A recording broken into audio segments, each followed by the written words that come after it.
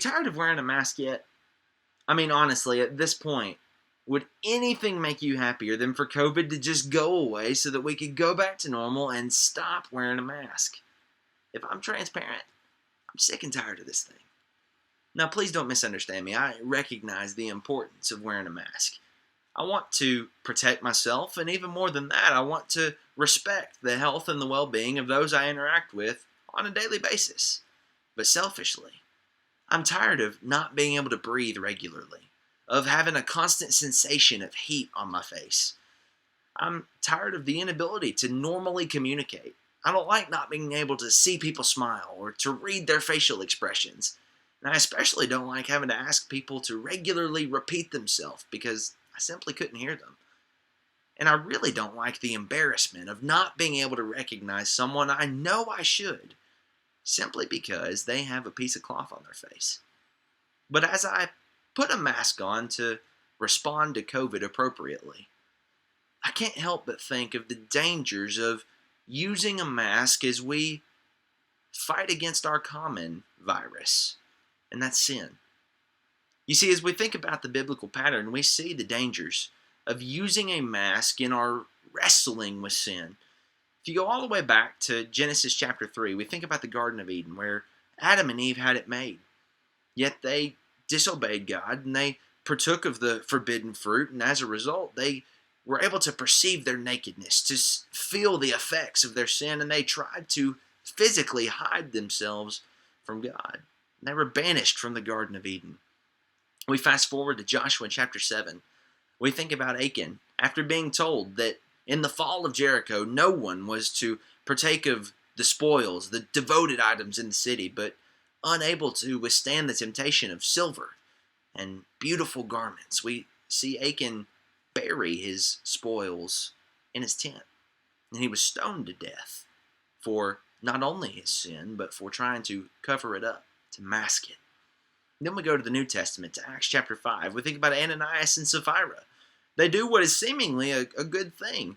They take a plot of land and they sell it, and they take the proceeds and they lay it at the apostles' feet. Say, put this to work. Allow God to work through this. But there was one problem. They masked some of the proceeds. They weren't forthcoming with what they had truly accomplished because selfishly, they wanted to enjoy the pleasure of their profit. But when we think about masking sin, we're all reminded of one story, and that story is found in 2 Samuel chapter 11 and 12. We think about that night that King David went up on his roof, and looking out over the kingdom, he spots Bathsheba bathing in the distance.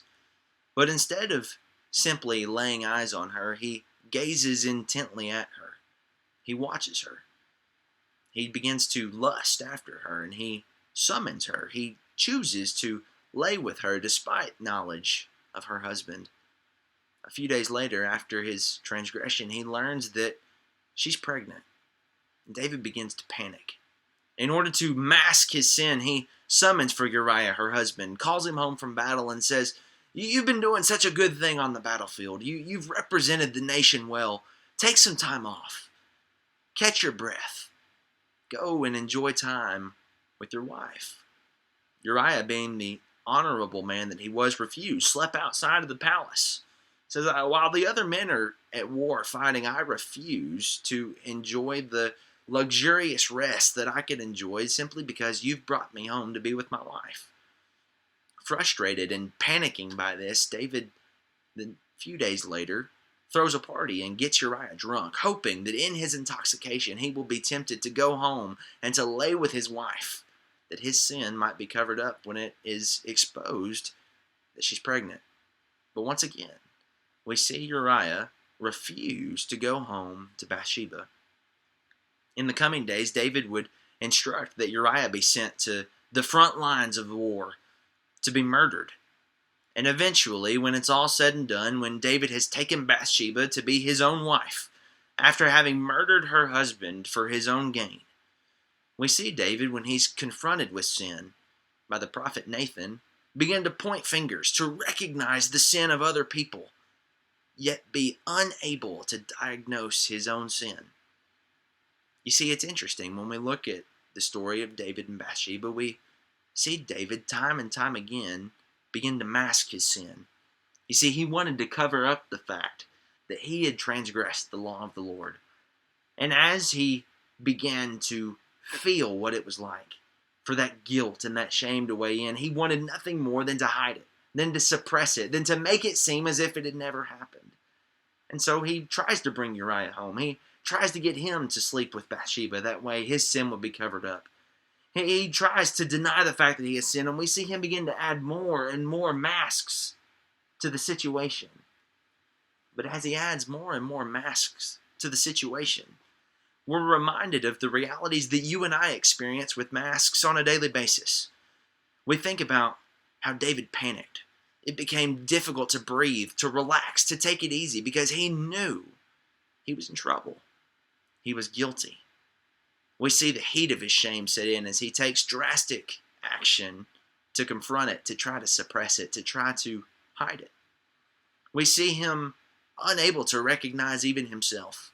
He's no longer the man after God's own heart that we have always known him as, because he's taking drastic actions that are completely uncharacteristic of him, because he is trying so desperately to mask his sin. His communication isn't normal. His expressions aren't normal, and you certainly can't hear him as he denies his sin outright. He tries to point fingers and blame it on others. You see, we're reminded of just how dangerous it is to mask our sin, because the more and more we try to mask it, the deeper and deeper we fall into the grip of sin, and the more and more we distance ourselves from Almighty God. So here's the question I want us to think about. What have we been masking? What have we been trying to hide? What have we been trying to suppress? As we've been at home, as we've been away from our church family, those that we care about, those that we love, what has it become easy for us to hide? What have we tried to mask? Now, as you think about that question, I want you to think with me about the words of Psalm 32. Many scholars believe that Psalm 32 is David reflecting upon that night, or that series of events that resulted from his encounter with Bathsheba. Now, listen to the words of Psalm 32, beginning in verse 1. Blessed is the one whose transgression is forgiven, whose sin is covered. Blessed is the man against whom the Lord counts no iniquity, in whose spirit there is no deceit. We'd be better to hear David say, oh, how happy is the one whose transgression is forgiven. How happy is the one whose sin is not covered up, but has been overwhelmed, has been consumed by the grace and forgiveness of God. Oh, how happy is the man against whom the Lord counts no iniquity, and in whose spirit there is no deceit. In essence, what he's saying is, happy is the man who has stopped masking his sin. You see, he goes on to say in verse 3, when I kept silent, when I kept suppressing my sin, when I failed to acknowledge it, my bones wasted away through my groaning all day long. For day and night your hand was heavy upon me. My strength was dried up, as by the heat of summer. The more and more that David tried to mask his sin, the more and more he tried to hide it, tried to make it go away, tried to pretend as if it wasn't that big a deal, the weaker and weaker he became. The less and less happy he was, and the further and further he distanced himself from the Lord. But I want us to notice verse 5. I acknowledged my sin to you, and I did not cover my iniquity. I said, I will confess my transgressions to the Lord, and you forgave the iniquity of sin. You see, we see David come to terms with the fact that masking his sin was doing no good. So he took the mask off. He came to the Lord in full recognition of his sin and said, I confess to you my transgressions. And the Lord freely and openly forgave him, despite the heinous and evil things that were in his life. You see, as we think about masks that are in our own life, it's easy for us to want to maintain our pride, to maintain our good standing with those around us, and to suppress sin as if it's not that big a deal. But the reality is, when we look at the example of David and so many others, the more and more we try to pretend our sin is no big deal, that it will just go away, the further and further we distance ourselves from God. So here are the questions we must ask. Number one, what mask needs to be taken off?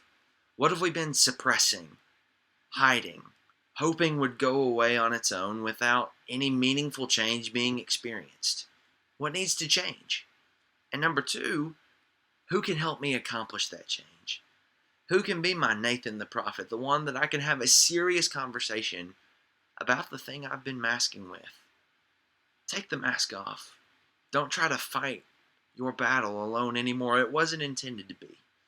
Instead, find that individual who can help you have the same confidence that David had when he went to the Lord and said, Lord, I confess to you my transgressions, and left with full confidence that he was forgiven. We can all be forgiven. You will be forgiven. Identify what needs to be changed. Find the person who can help you change. And don't allow anything to cause you to keep that mask on. Have a blessed week. Zion's glorious song is good of you, rest, O